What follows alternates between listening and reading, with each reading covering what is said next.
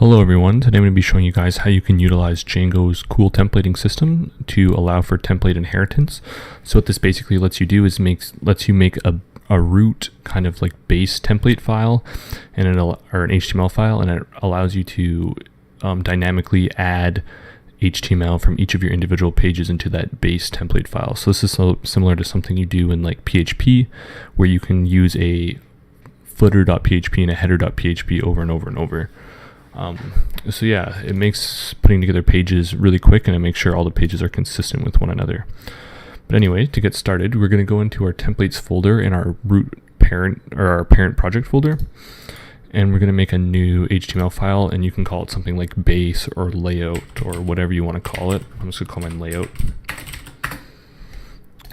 And I'm going to get rid of all this, and just to make it quick, I'm going to go to Bootstrap, and I'm just going to copy over some of their HTML just to get it going. So I'm going to copy like the starter template, just this nav drop down.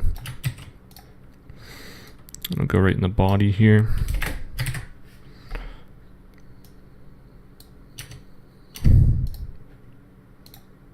Not sure why that came in there. Oh, I didn't copy it, that's why. Sorry about that.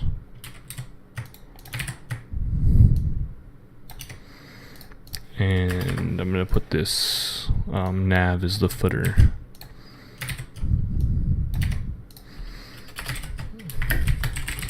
Footer.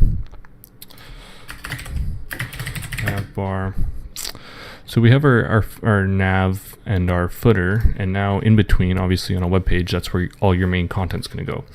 So we're going to use the templating in Django, use your %, and we're just going to type in block, and you can call this body or content, or it doesn't matter, whatever you want to call it. So I'm just going to call mine content, just has to be something you'll remember, and then end block, it's one word. What this is doing is it's telling Django to use in between these two tags to insert HTML that we define to be inserted in there. So when I go over to home now, at the very top of the page before everything, we're going to type extends and then in single quotes layout.html.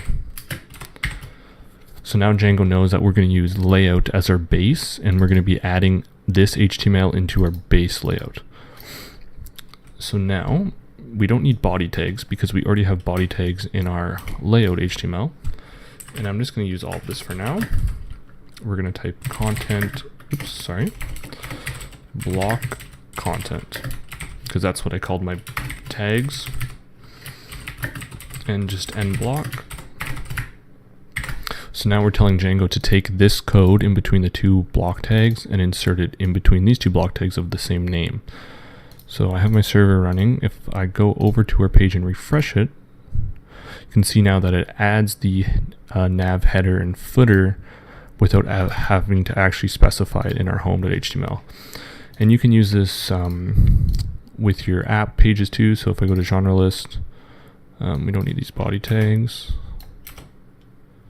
I better close my H1, and we'll do the same thing. So extends layout.html,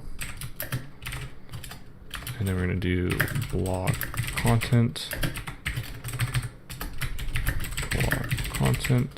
oops, this should be end block, sorry.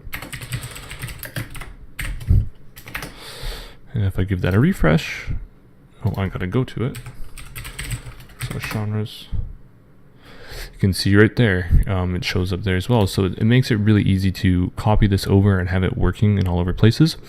And it's also important to note that you don't have to just stick with your body content. It makes it easy to like dynamically change bits of the page. So for example, I'm looking for the title. So say we were calling our page like, I don't know, book world. So the title is what displays right here in the tab.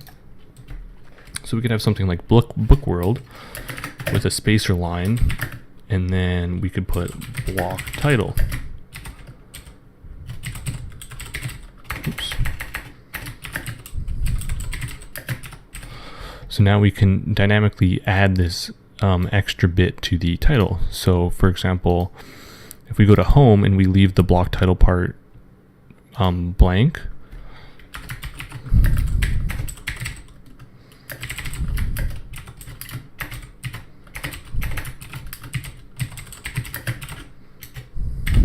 We can just do that and nothing's going to display if we go to the home page. See, it just says, that's a blank line, so that's kind of ugly. But we could change it to hello world.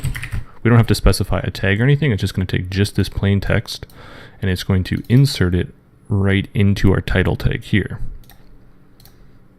So you see now it adds hello world. So then we can go say for our book list. And now I'm going to extend this, but you can see how useful this is going to be because it starts making it dynamic. So I'm going to extend layout.html. I'm going to do the block content.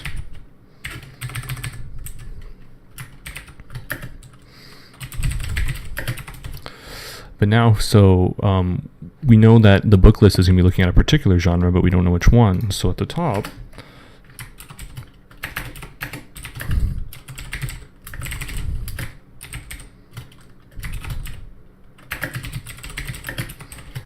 and here in between the two blocks, we can just put something like genre in, which will get the genre name. Oops.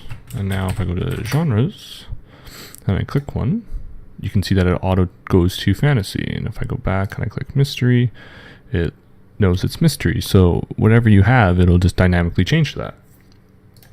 So you should try and do that, make it so that, you know, your layout page is divvied up into like nice chunks that you can change. So we have this content block, we have a title block at the top here. For example, I could do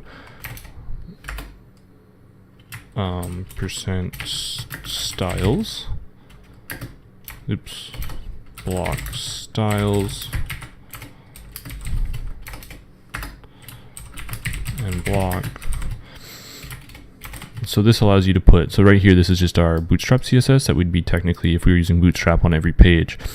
But I believe when I was just going through the example of static files, I made our own custom CSS. So in here, this would actually be like up there, block styles, block. So that just keeps your styles in the rendered HTML separated into like the nice blocks that it should be. So it makes your rendered HTML nice, and it allows you to have, like I said, separate blocks for each thing. So yeah, that's basically about it. That's the gist of Django extending. You can, like I know I have a layout for, this is just your general web page, but you can also have layouts if you have a particular view or a particular appearance of your page that's kind of separate from the rest. It doesn't necessarily just have to be, like, you don't have to necessarily just extend one layout.html. It could be review layout if you have reviews that have a specific look and you just want to dynamically change, you know, who the poster is or what the rating is or whatever. So yeah, you can make different layouts, but in general you should probably have at least one that just makes making all your web pages a lot easier, and then expand from there. But yeah, that's about it. Thanks for watching.